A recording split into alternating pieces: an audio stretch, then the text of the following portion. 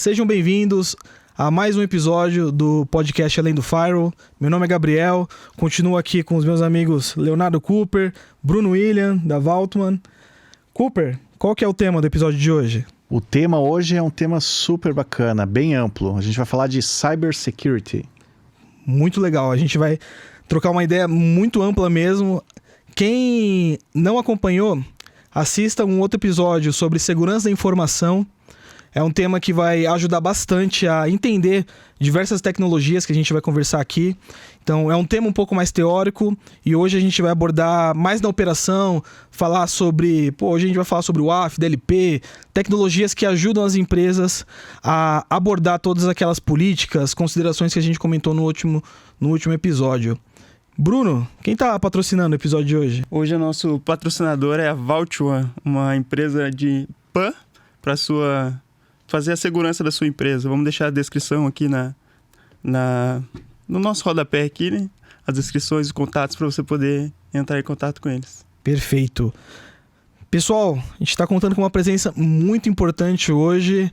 Rafael Albrecht, muito obrigado. Seja bem-vindo. Seja bem-vindo. Já atua desde 1996 no ramo? No ramo desde 96, mas a gente começa... A gente começa pequenininho, né? Vamos dizer assim, a gente começa técnico e aí a gente vai ganhando gosto pela coisa. Maravilha, o Rafael ele já é formado em gestão de TI, com experiência em multiplataforma e fabricantes de tecnologia. Atualmente, System Engineer na Akamai, certo? Isso aí, desde 2015 na Akamai, a gente na verdade... Eu comecei em um parceiro Akamai em 2019 e esse parceiro virou a Akamai. A Akamai veio e absorveu toda a operação do parceiro pelo tipo de atendimento que a gente tinha, pelo tamanho da empresa. Então, sim, posso dizer que desde 2015 com a Akamai, só atuando com a Akamai. E hoje sou um dos seniors no Brasil, atuando na companhia. A gente, nesse período, pôde ir crescendo um pouquinho mais, né? Então, mas hoje no Brasil a gente tem mais Rafaéis, vamos dizer assim, né? Não somente tem mais do que um. Que bom, que bom. Rafael, a gente tem um padrão para começar a falar que é uma brincadeira até relacionada ao nome do nosso podcast. Uhum. Para você, eu sei que é muito ampla a pergunta, mas o que existe além do firewall? Eu acho que o que existe além do firewall, a gente pode falar que a gente tem pessoas, né? A primeira coisa que a gente olha são pessoas, né? É a base. Eu acho que sem as pessoas a gente não teria problemas de segurança, já começa por aí, né? Mas depois do firewall a gente tem muitos outros recursos, né? Hoje a gente brinca que firewall antigamente era o primeiro perímetro, né? O primeiro ponto de contato, mas hoje não é mais, né? A gente tem... todo mundo hoje tem seu ambiente, pode ter seu ambiente computacional dentro de casa, mas hoje a cloud ela tomou conta, né? Então, além do firewall, a gente pode estar além do perímetro do Brasil, da nossa cidade, do Brasil, ou do mundo, né? Então, além do firewall, é bem ampla mesmo a pergunta, mas hoje o mundo de TI está muito, muito, muito mais além do que um firewall. Sim, é realmente uma pergunta bem ampla, todo mundo fala isso. E eu acho que é interessante para a gente começar a debater, entrar nos nossos tópicos, há uma diferenciação muito importante. Eu queria perguntar para você, Rafael, você acha que quando a gente fala de segurança da informação e fala de cyber, que são coisas diferentes, as empresas elas estão conseguindo identificar essas diferenças ou você acha que ainda é uma coisa mais crua? É uma jornada. Tem empresas que não conseguem... Veja, segurança da informação, falando de forma bem fria e simples, segurança da informação quando a gente está navegando na internet e a gente faz um cadastro numa empresa, né, para comprar um produto, por exemplo, no e-commerce, a segurança da informação começa ali. Ou seja, o que é feito com aquele dado, com aquela informação? O que é feito com o nosso CPF? O que é feito com os nossos dados pessoais? Segurança da informação vai muito por ali, né? Então, as informações que a gente disponibiliza para as empresas, elas viram alvo de atacantes, e aí a gente começa a falar de cybersecurity, né? Porque o atacante ele quer buscar alguma vantagem, ele quer buscar alguma informação para poder ter alguma vantagem, seja ela em uma fraude ou uma fraude ou uma vantagem financeira, né? Então a segurança da informação ela passa, a segurança da informação pode passar pelo RH, pode passar pelo jurídico, pode passar pelo time de cybersecurity. Então, é amplo o tema, né? É amplo você olhar a segurança da informação. Então, hoje a gente tem a LGPD, que hoje embasa a segurança da informação no Brasil, né? Com uma regra, né? Mas, de novo, a gente não compra só, a gente não tem login somente no Brasil. Aí a gente tem GPDR na Europa, entre outras regulamentações. Então, a segurança da informação basicamente é o que fazem com os nossos dados, né? Onde estão nossos dados? É a informação, é o dado, pessoal. Então, aí do lado de cibersegurança, é justamente esse movimento de alguém tentar ter acesso a uma informação privilegiada ou ter acesso a informações que eventualmente pode promover uma falha de segurança e alguém implantar um ransomware, um malware e causar um problema. Veja, muito do papo que a gente vai ter hoje vai ser em cima assim, como que a gente protege as pessoas para depois a gente ter a segurança de bordo, a segurança tecnológica. Pegando esse gancho que você falou, quais são os tipos de ataque mais comuns em cibersegurança? Olha, a gente tem visto nos projetos que a gente tem tratado hoje, antigamente a gente tinha aqueles ataques volumétricos, né? Os DOS, DDoS, né? O ataque volumétrico hoje ele é muito custoso para o atacante. Ou seja, ele tem que desprender muito recurso, seja financeiro, seja tecnológico para fazer isso. O que pelo menos eu enxergo nos meus clientes é que esses ataques ainda existem. Normalmente é para indisponibilizar uma aplicação na internet, né? Tirar alguma coisa do ar, como antigamente a gente via. Mas hoje o atacante ele começou a se movimentar para ataques mais direcionados à obtenção de alguma informação e com essa informação ou ele vender essa informação ou ele usar para cometer algum tipo de fraude. Então hoje os ataques eles migraram para ataques mais inteligentes, os atacantes ficaram mais especializados no que eles estão fazendo para obter algum tipo de benefício, né? Então eu posso dizer hoje que a maioria dos eventos, a gente vai falar de WAF em alguns momentos aqui, né? Mas mas hoje o que a gente mais vê são robôs, que a gente chama de bots, né? Esses robôs sendo criados, existem robôs hoje que tem o mesmo robô disparando requisições na internet por mais de 1000 IPs. Então olha o tamanho da complexidade que a gente vê de um ataque. De onde que vinha ataque antigamente, né? Vinha de um IP. De que IP? É isso, mapeava facinho. Hoje eu tenho atacantes vindo de mais de 1000 IPs facilmente. Por quê? Porque a gente tem clouds das mais diversas aí. Hoje ficou fácil. Ficou fácil de você colocar. Então eu posso vir... Tem clientes que me perguntaram já, você consegue entregar conteúdo do Alibaba? Então o cara pode vir de um Alibaba, de um Oracle Cloud, de um AWS, de uma GCP, de vários lugares. De uma Ocean tem uma plataforma de cloud que é Ocean... DigitalOcean. DigitalOcean. Então, hoje esses ataques eles vêm muito mais nesse sentido, assim. Mas ainda existe o ataque de volumetria. Essa semana me botaram numa call correndo porque um cliente estava sofrendo um DOS e num DNS. É uma possibilidade. Então, mas hoje eu acredito que a maioria são mais ataques mais direcionados à obtenção de algum tipo de informação. Legal. A gente tem discutido aqui em vários episódios a questão do tipo de skill, de habilidade que as empresas têm que ter para poder, enfim, implementar uma área de segurança ou até se defender desses ataques, né? A gente tem visto que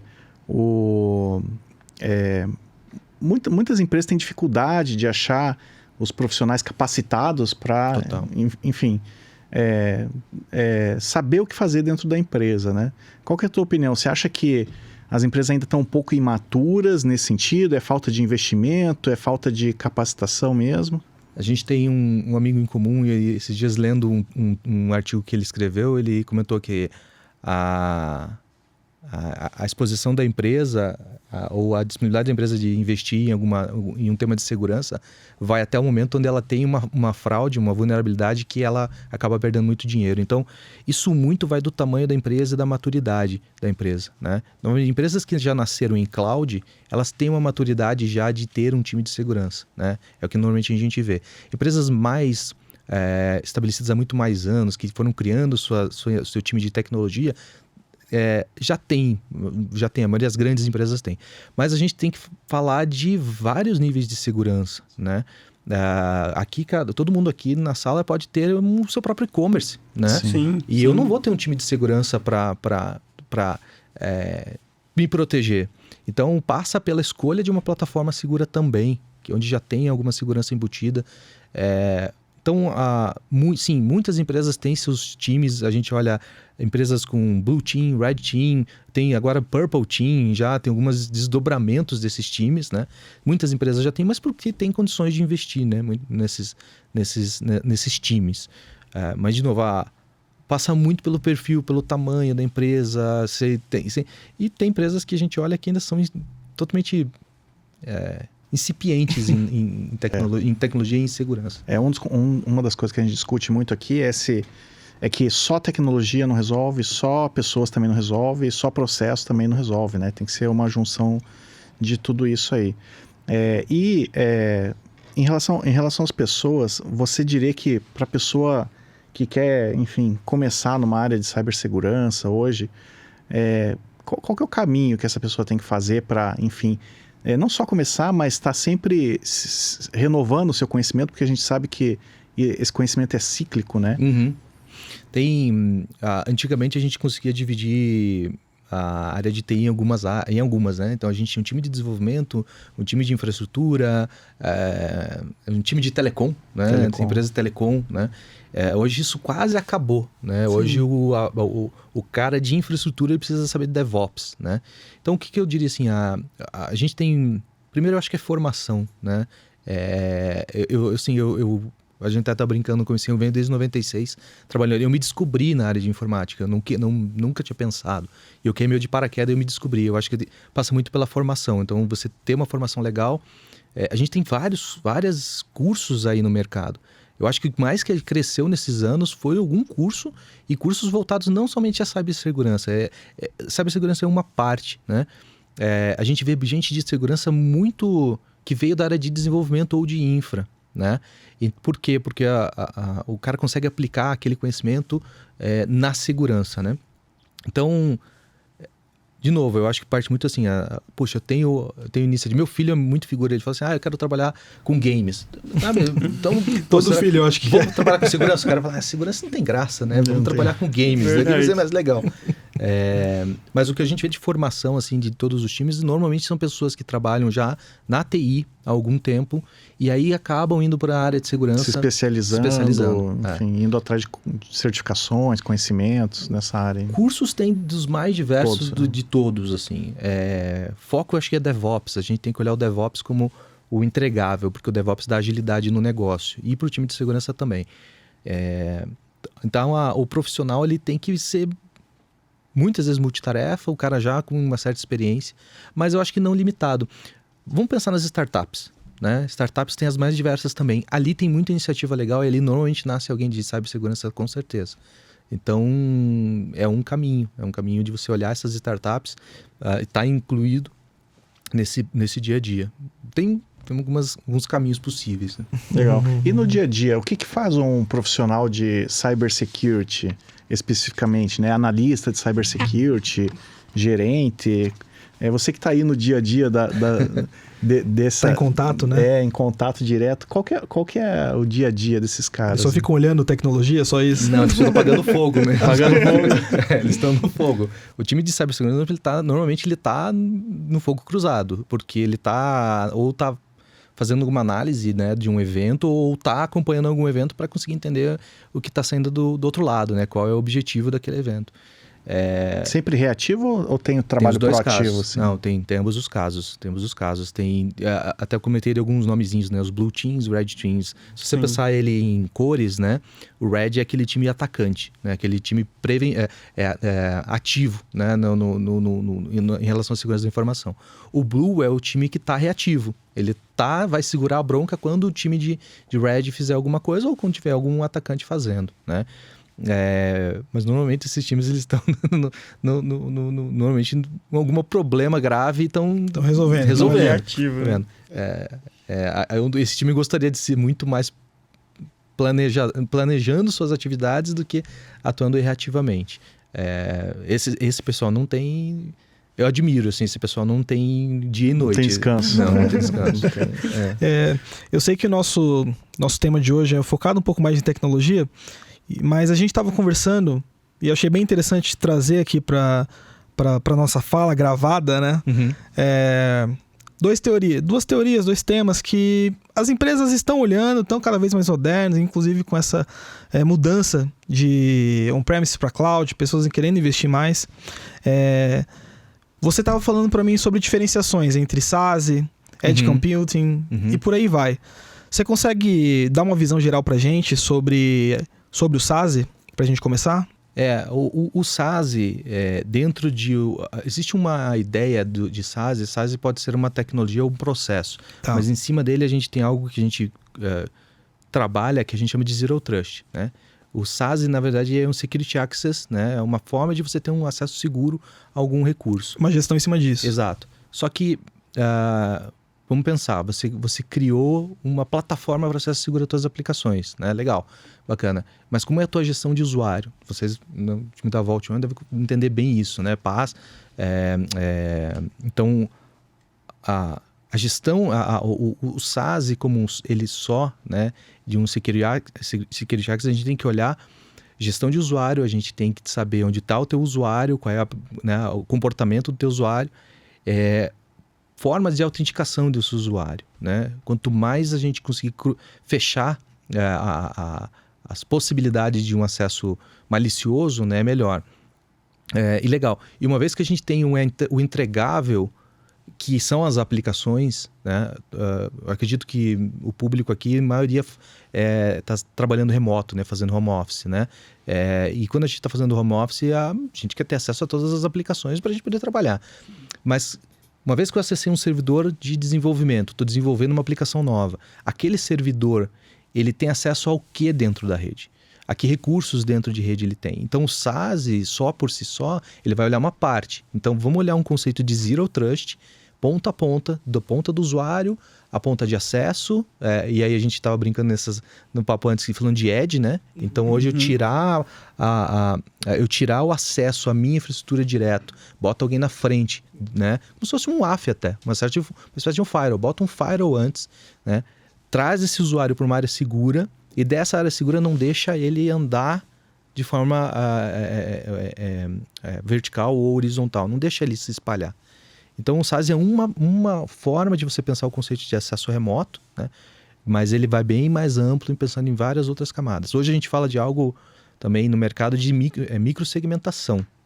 Então isso também passa por um conceito de Zero Trust, e o SaaS pode ser uma perninha ali também do processo. Nossa, muitas tecnologias e conceitos eles se baseiam no Zero, eles trabalham em conjunto com o Zero Trust, né? Exatamente. A gente também, inclusive, quando a gente vê uma solução de PAM, envolve trabalhar com Zero Trust. E eu acho que não vai mudar também, porque a gente sabe que não dá para ter confiança no usuário. Sim. Então, é uma coisa comum mesmo. Você comentou sobre uma tecnologia, que eu acho que ia acabar chegando no momento da nossa conversa, o WAF. A gente sabe que, tanto que é o nome do podcast, as empresas não podem se limitar e conhecer um pouco mais além do firewall, sobre o que são essas tecnologias. Um WAF, ele é um firewall? Ele é um firewall de aplicação, tanto que o nome dele é de Web Application Firewall, né? Então ele é um firewall voltado às aplicações web, aos serviços web. Antigamente a gente tinha um firewall voltado à proteção da rede, de borda, né? Então ali a gente fazia um controle de listas, né? Onde eu bloqueava tudo e depois eu vinha liberando algumas portas, né? O WAF é algo semelhante, mas a gente está olhando o WAF como vulnerabilidade de aplicação. Então, a gente também faz um processo semelhante de ir liberando, mas normalmente o WAF a gente está olhando eventos de um SQL injection, de um cross-site scripting, uma tentativa de um atacante de explorar uma vulnerabilidade. Interessante. Então a gente está olhando muito mais a aplicação. O Firewall a gente olhava até um espectro de portas muito mais amplo, né? É responsabilidade do WAF cuidar de, por exemplo, ataques de DDoS, brute force? Pode ser. Nas aplicações web, sim, com certeza. Com certeza ele tem que ter técnicas de rate limit ali, né? Porque o atacante ele pode executar um script voltado à tua área de login. Então ele tem lá a tua aplicação no web /login, por exemplo. Então ele pode fazer uma rajada de requisições para a tua área de login especificamente e tirar ela do ar. Entendi. Então sim, o WAF tem esse papel de também proteger. Dentro das soluções, a gente sempre olha o WAF olhando estratégias de ataques mais direcionadas e a solução de DOS junto ali para proteger. Faz todo sentido. Interessante. Faz todo sentido. DOS acho que é uma das coisas mais conhecidas que a gente vê. O WAF, a gente está aqui para aprender. o WAF, ele vai segurar com base no throughput de cada... Pode segurar. O WAF é isso? Pode. Mas veja, se eu só olhar o throughput, o atacante ele pode fazer um request por minuto, um request por mais de um segundo até. Normalmente o WAF ele está olhando rajadas em um curtíssimo espaço de tempo. Ele consegue identificar essas diferenças. Exato. E Legal. o WAF, ele vai olhar se dentro daquela requisição vem algum tipo de parâmetro que busca uma vulnerabilidade. Busca explorar uma vulnerabilidade. Vocês lembram final de 2021, acho que foi, o Log4j? Sim, aquela era a vulnerabilidade da biblioteca do Java, se não me engano. Exatamente.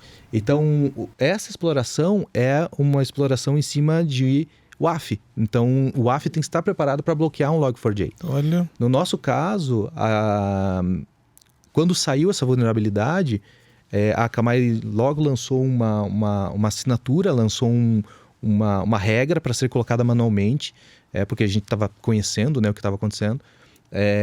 Mas em torno de 4 horas depois a gente já tinha uma assinatura já pronta na plataforma. E foi muito legal que os clientes que já tinham solução em modo automático, a que a gente já subiu direto, o cliente estava já fez o deploy para todo mundo. Então isso também tira, a gente está falando de pessoas, né, de time de tecnologia, isso também tira a carga dessas pessoas. Você tem um processo mais automatizado aí de deploy. Mas o time não tem que ficar olhando para os eventos que acontecem, tentando identificar novos padrões, ou o WAF já tem essa característica de fazer? O time não vai ter tempo. O time não vai ficar olhando... olhar console e ficar olhando o que está acontecendo é sensacional, mas normalmente eles não têm tempo. É verdade. E eu brinco assim, a gente não tem que se preocupar com o que bloqueou. Bloqueou. Bloqueou, segue a vida. Eu tenho que me preocupar com o que passou. Do que passou, ou que está explorando alguma coisa. Então, o que eu recomendo para clientes em geral é... Qual é o teu threshold, qual é o teu baseline de operação? Monitore os seus baselines de operação. Aqui eu estava brincando do login, né? Então, quantos logins por minuto eu tenho na minha aplicação? Normalmente existe um padrão, né? Poxa, daqui a pouco aquele padrão ele saiu, ele extrapolou 10%, 20%. Tem alguma coisa errada. Vou dar outro exemplo. A gente teve, aí até um pouquinho fora do WAF, mas dentro de malware, ransomware, né? Mas dentro de um conceito de Zero Trust, até do que a gente estava falando. Teve vários clientes que tiveram todo o seu ambiente criptografado. Todo o ambiente foi criptografado, né? Em algum momento mudou algum padrão daquilo ali. Então não estava sendo monitorado. O que pode ter mudado? Um acesso a banco de dados, um acesso a servidor, comunicação entre servidores. Em algum momento aquele padrão mudou. Então se a gente conseguir montar uma estratégia preventiva, né, de entender o comportamento e ter gatilhos, alertas ali para dizer, pô, isso aqui saiu, provavelmente você mitiga algum ponto. Então hoje, sabe que os times usam muito o WAF para analisar uma fraude. Porque ele vai conseguir rastrear provavelmente toda o ciclo ali de ataque. Então, essa vai para quem acha que o WAF é só para DDoS. Não, serve para brute force. O WAF se confunde com API Protection ou são coisas distintas assim? Não se confundem. Não existe muito ataque direcionado a uma API usando um SQL injection, um cross-site script, né? Mas o WAF hoje, com várias técnicas, com várias funcionalidades que ele tem ali, ele provavelmente vai conseguir identificar um comportamento na tua API. APIs, o pessoal precisa ter em mente, tanto time de desenvolvimento quanto time de cibersegurança, a API é um mundo que está sendo explorado cada vez mais. E semanalmente a gente vê uma exploração diferente. Cada vez API. mais as empresas estão abrindo as suas APIs para transacionar, integrar, transacionar. Por aí vai. Então existem várias... Esse tema API a gente pode com certeza fazer um podcast só dele, sobre API. Só dele. Porque hoje é o que mais a gente tem visto. Tem projetos que a gente faz que a gente tem certeza que a gente identifica um ataque, mas às vezes uma técnica de um WAF, e aí até eu estava conversando antes sobre, por exemplo, bots, né? O pessoal tem usado bot para simular humanos para fazer um ataque de API, né? E às vezes esse ataque vem por um parceiro daquela empresa que tem a API. Então quando chega aquele request para ele, vem como um parceiro legítimo. Cara, de novo, a gente pode fazer um podcast só desse tema porque a API é muito ampla. Mas sim, é usado técnicas de WAF para proteção de API, DOS também, bots também. Hoje a gente tem soluções na nossa plataforma específicas para conhecer a sua API, descobrir a sua API e criar uma rotina de proteção da tua API. A gente está falando de API o tempo inteiro, nosso celular está falando da API o tempo inteiro, os computadores estão falando da API o tempo inteiro. A API vai ser muito mais utilizada, né? Sim. Acho que deu pra gente pegar bastante um overview geralzão até além sobre o WAF e tudo mais. Só que eu ainda quero continuar nesse assunto porque vai um ponto interessante, até indo para o âmbito de implantação. Quando uma empresa ela quer investir na área de segurança, ela tem um mundo ali para fazer. Pô, vou comprar um DLP, vou comprar um WAF, vou comprar um CASB, e aí, por aí vai. Você acha que divisão de mercado, as empresas, elas estão passando a olhar mais para um WAF ou focam antes em alguma outra tecnologia? Como que é a sua visão sobre isso? Eu acho que está muito aderente ao negócio. O que ela precisa aderente ao negócio dela. Quando a gente olha essas soluções CASB, SASE, soluções um Zero Trust ou soluções de WAF, está muito aderente ao negócio que ela precisa. Vocês trabalham com cofre de senha, né? Então é uma necessidade de negócio. Puxa, eu preciso proteger aquilo. Não necessariamente você vai botar o cofre de senha atrás do WAF, né? O que eu digo assim, normalmente empresas que vão para um WAF são empresas orientadas à web, a vender na internet. Se está vendendo na internet, ela tem que ter um WAF e até outras camadas de solução, de segurança. Agora eu tenho clientes do ramo financeiro, antigos. Eu atendo bancos, né? São extremamente tradicionais, então ele tem que ter de tudo um pouco. Tem. Então o desafio é esse. Qual é o seu negócio? Qual é a sua necessidade técnica de você atender? Se eu não vendo na internet, não necessariamente um WAF é importante. De novo, a escolha da plataforma que você usa também é importante. Tem empresas que ainda desenvolvem dentro de casa. Puxa, aí o cara precisa ter um WAF e tal. Eu vou contratar um parceiro, uma plataforma que já tem o WAF. Você tira aquele peso da tua gestão, né? De você gerir mais um WAF. Então, acho que está muito alinhado a isso, ao negócio, ao que a empresa busca no seu dia a dia de operação, que ela vai precisar de uma solução. Não só para o WAF, né? Para outras soluções também, né? Mas eu acho que quem tem aplicações na internet, na cloud, obrigatoriamente hoje em dia tem que ter. Precisa. Tem que ter. Precisa. Não dá para viver sem mais esse tipo de tecnologia, né? Isso. Em quase todo episódio, inclusive nesse aqui a gente acabou de falar sobre lei de conformidade, né? Tem certas empresas que acabam tendo que investir por conta de obrigação com essas conformidades, inclusive para operar, né? Se for de banco, quais são as conformidades que os bancos precisam ter para conseguir operar? Tem, PCI, tem um monte de coisa que a gente tem que trabalhar. Só que isso já serve também para eles se preocuparem em investir, né? Sim, e o WAF também faz parte desse investimento. Total, sem dúvida. Bancos não tem como. Bancos, a operação de banco é obrigatória você ter camada de segurança. Não só o WAF, né? Não só o WAF. PAN, DLP, classificação de dados e por aí vai, né? É importante você criar uma camada de segurança pensando no teu ambiente de transação, né? Banco é muito orientado a isso. Quer ver fraudes que estão acontecendo bastante em cima de PIX, né? E aí a gente tem vários bancos digitais que nasceram nesse processo, né? Esses caras têm que nascer com camada de segurança já. Padrão, estão em nuvem. Total. E existem regulamentações. Bacen tem regulamentação, LGPD é uma delas. Bem que a LGPD fala um pouco mais da proteção de dados pessoais, né? Mas a gente tem regulamentações de Bacen, tem PCI, como você bem comentou, que é importante também, olhar esse tipo de coisa. Aí o WAF é natural ter. E aí depois você pode ir evoluindo para outras camadas. Quando a gente fala de Edge, o que a gente tem? A gente tem o WAF, tem a API Protection, tem CDN, o que mais que existe? Hoje a gente já fala de proteção contra robôs, contra bots. Contra bots. É muito interessante um projeto de bot management, que a gente chama. Normalmente quando a gente olha um perfil de acesso de quem tem o WAF, você tem lá X mil requisições por dia, né, de WAF. Quando a gente bota uma solução de bot management, esses X mil vão para X milhões de requisições por dia. Nossa. É impressionante a quantidade de robôs que estão na internet fazendo alguma coisa. Das coisas mais estapafúrdias, não necessariamente inseguras, mas eu tenho novamente parceiros que automatizaram, criaram um robô para consumir alguma informação da minha API. E se você só olhar na camada de WAF, você não tem essa visão. Você não vai ter essa visão de o que está acontecendo na minha API, porque o robô está ali, o robô está atuando. Eles fazem data extraction, né? Esse tipo de coisa. Data mining. Pode ser data mining, pode ser o que a gente chama de scrapping, né? Então o cara também tá varrendo a tua página buscando alguma informação.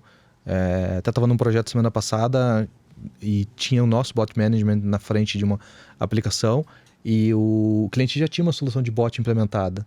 E era interessante que a gente estava na frente da solução de bot dessa outra solução. A gente começou a olhar log e tudo passando aquele tráfego. Pessoal, o que é isso aqui? Está passando de tráfego. Então, tem bots e bots também, solução de bots e bots. Hoje a gente olha a proteção de contas. Então, o que é uma proteção de conta? A tua conta você usa aqui de Curitiba no teu celular, né? Daqui a pouco a tua conta está sendo utilizada por um usuário na Alemanha de um device que não é o teu. Isso acontecer uma vez, ok. Pode ser que você tenha viajado, trocou de celular, isso pode acontecer. Agora aconteceu, você continua acessando o Brasil e está acessando de fora, em outro lugar uma segunda, uma terceira, isso já tem que subir um alerta para o time. Interessante. Isso é gestão de contas. Esses controles, cada vez mais, eles estão aumentando, né? Só login e senha com MFA já não é suficiente, né? Não. Você tem que ter esses controles de localização, de período, de tempo, de padrão de uso, de comportamento, né? É só assim que consegue trazer uma segurança mais robusta. Exato. Biometria também. Biometria. A gente olha a biometria, olha a identificação de face, né? Tem uma série de... Esses controles que entram na relação com a análise comportamental, né? E quando eu invisto numa solução para trazer isso, o próprio Edge Computing já trabalha com essa visão, né? Sim, total.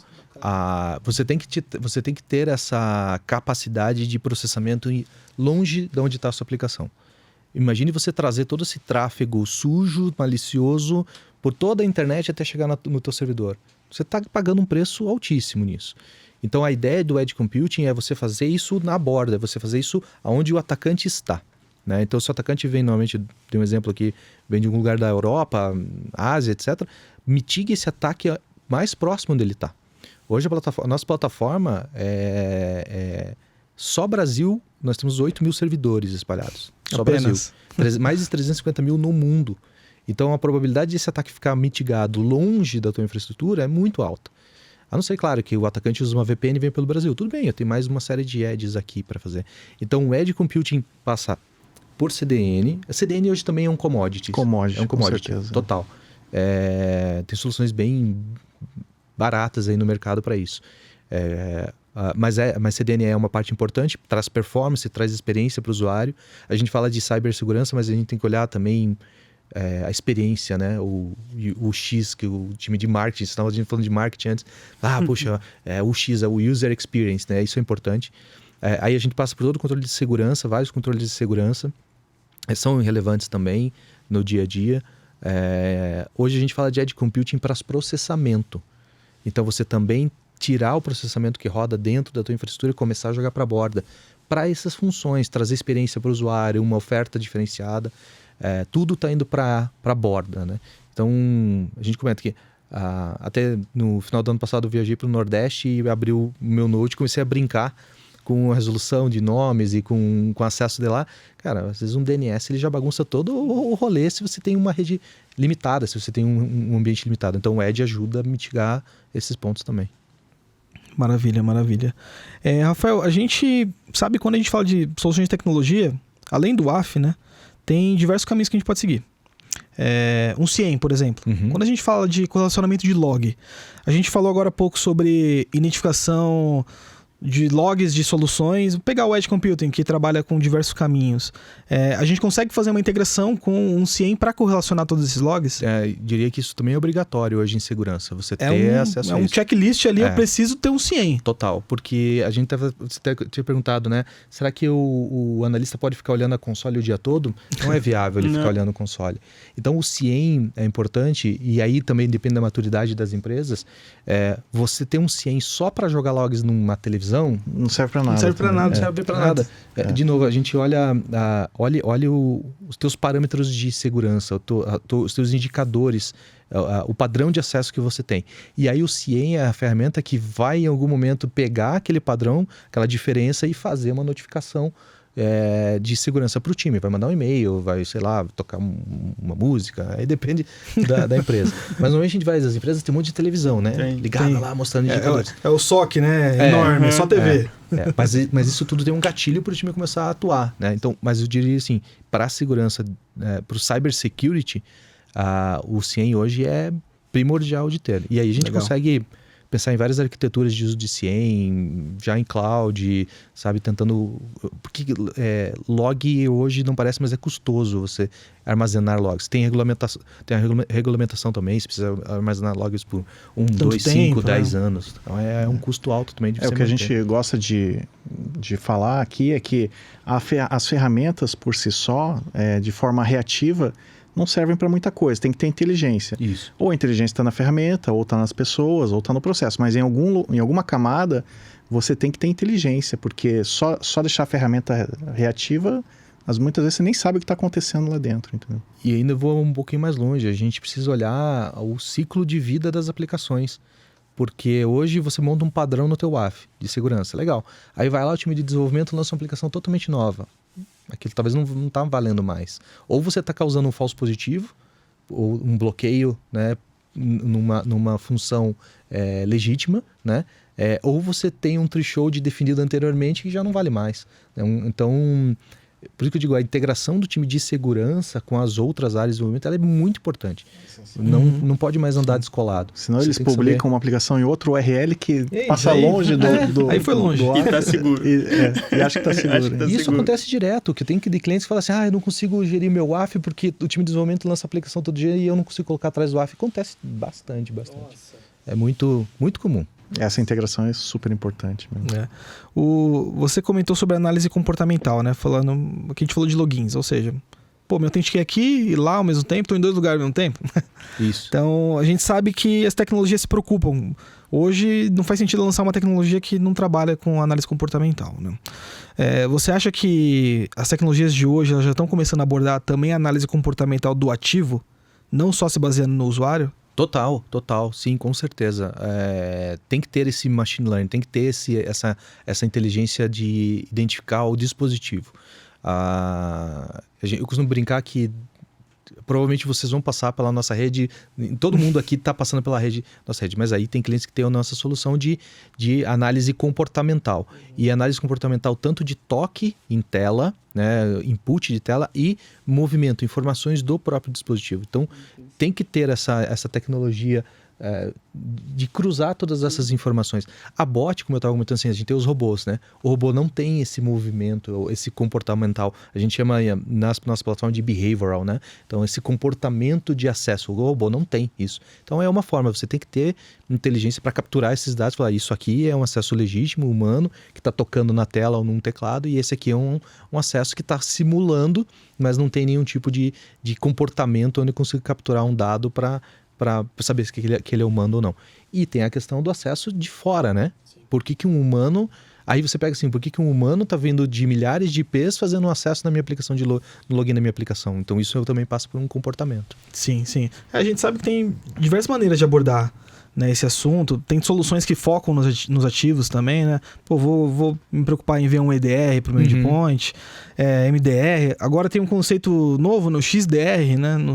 Não sei como é que está o mercado em relação a isso. Você já chegou a pegar casos já envolvendo XDR? A gente acaba não mexendo muito com MDMs, né? Ou MDR ou EDR. No nosso dia a dia a gente acaba não mexendo tanto. Mas... tem espaço, né? Tem muito, que foca muito no ativo, assim. E pegando um ponto muito interessante também. A gente se preocupa em investir em tecnologias para deixar a empresa segura.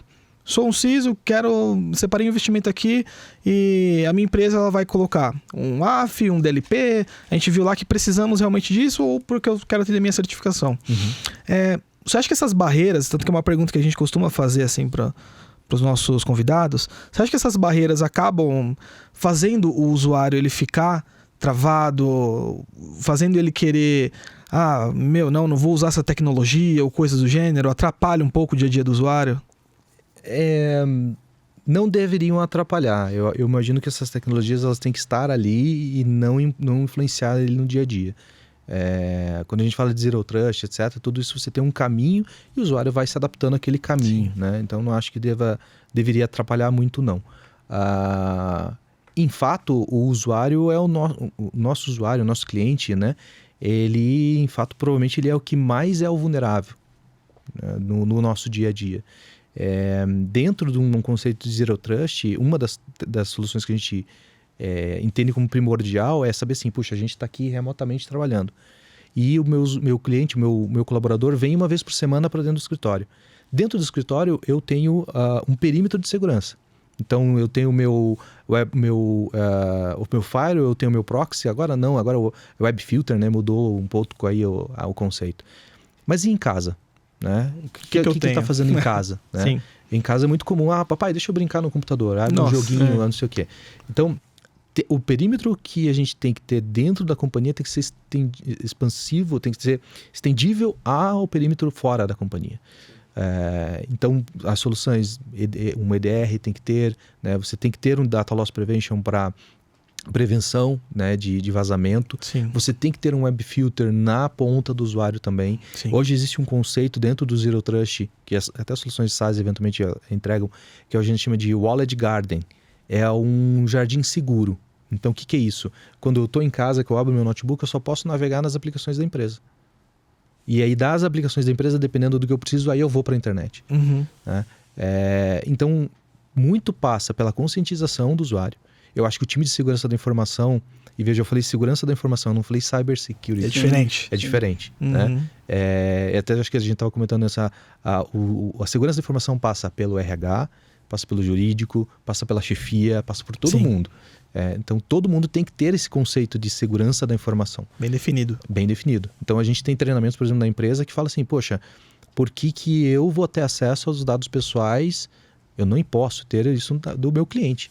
Né? Não posso ter esse tipo de acesso. Então, mas eu concordo que é um desafio você ter um máximo de proteção sem inviabilizar o trabalho do teu colaborador. Uma jornada interessante. Sim. Quando a gente... Só retomando um capítulo bem, bem interessante que eu fiquei com uma dúvida.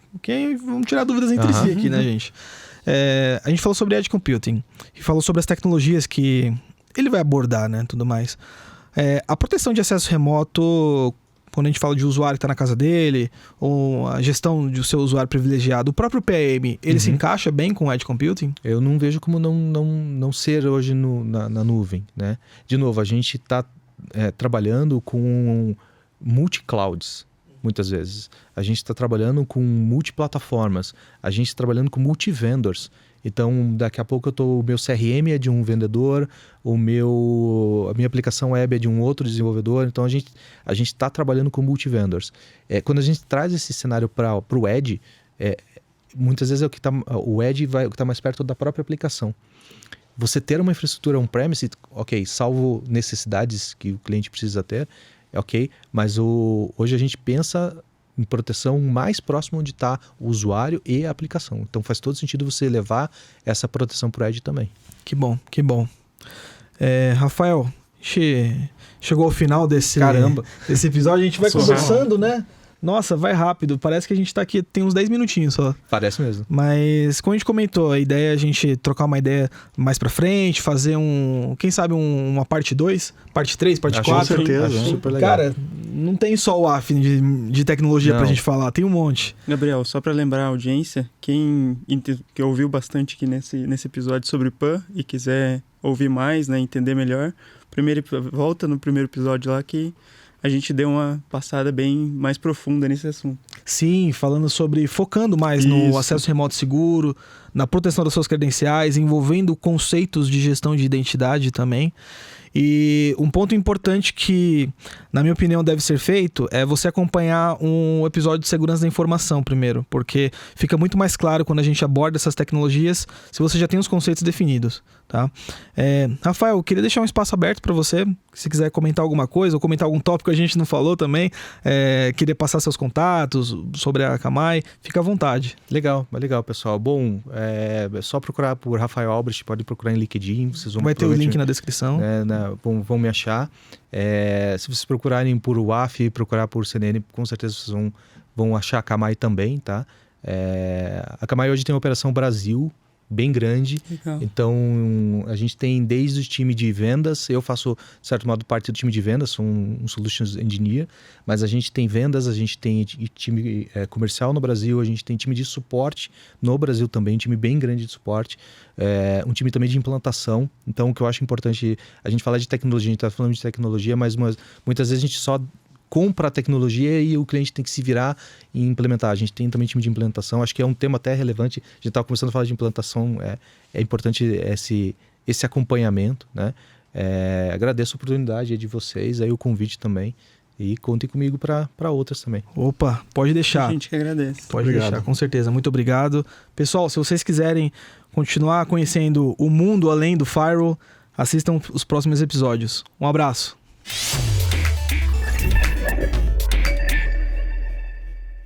Você assistiu a mais um episódio do podcast Além do Firewall. Se você gostou, deixa um joinha, se inscreva no canal e qualquer dúvida, comente abaixo que a gente vai te responder. Um abraço.